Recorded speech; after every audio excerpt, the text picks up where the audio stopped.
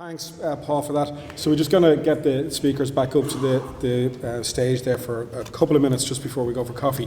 So it's always difficult to try and find questions. A couple of roving mics there. So if anybody has a question for any of the speakers on any of the stuff that you've heard or on related topics, please stick your hand up and we'll get a microphone to you. Okay, up the front here. You could just tell us who you are as well, please. Pat Morrissey, I'm from Galway group here. I'm Professor Galvin. Do the people who wished to do the genetic tests, the families, do they have to request it, or is there a procedure in line now with the autopsies that comes automatically? What's the story there?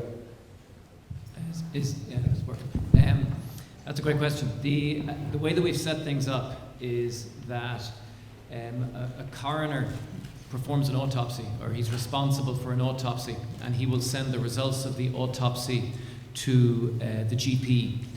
When there's been a sudden death where there's a possible genetic cause, the coroners have agreed to mention that in the report and suggest referral to a family screening clinic. So the family then comes to see us in one of the family screening clinics, and that's where we discuss with them the option of a molecular autopsy. What actually happens in reality is through the work of people like Maureen Kelly and the Sudden Cardiac Death Support Group. There's a lot of patient and family support groups out there. And in my experience, the families generally go to them first. And it's those groups that send the families along to us. I'd say at least half of the families come to us through them rather than through the GP. And then we discuss the molecular autopsy. It's not an automatic thing. Thank you, Professor. Is it only available in the East, or is it anything like that in the West of Ireland? We see patients, the only 3 dedicated clinics are all in Dublin. But we do see patients from all over the country, from everywhere. Thank you very much. Thank you. Okay, next question.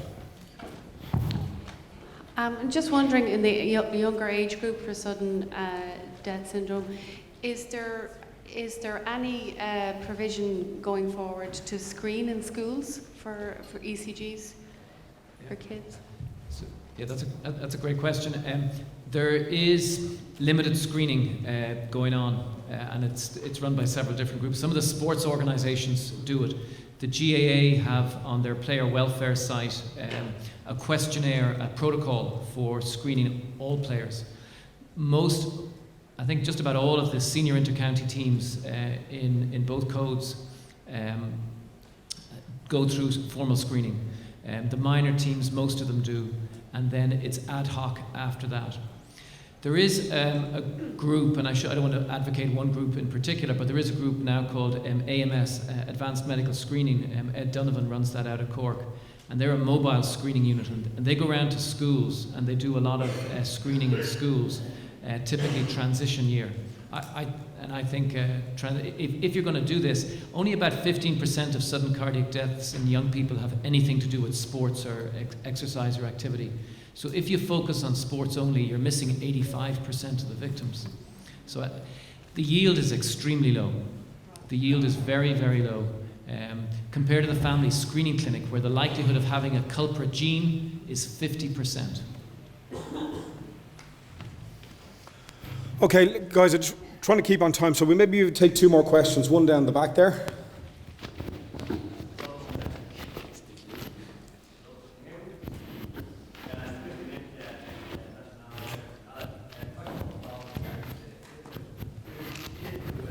CPR.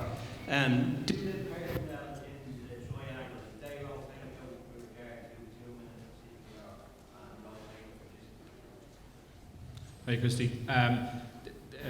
Persons 2 and 3, the 2 compressors generally stay in that position if at all possible, because we know what it's like as soon as you try to get people moving. So one will be active, one will be resting, and the resting person will be the one who's providing the feedback on the compressions for the person who's actually doing it, and then vice versa. The people can swap out of the triangle, but obviously with good communication, once everybody knows that somebody is leaving it, you don't obviously just can't get up and leave, and suddenly you have one side of the triangle falls away. So those 3 people in the centre need to be very tight, communicating well, and if they are going to move, because people get, you get cramp, you get dead leg or whatever, you have to move out.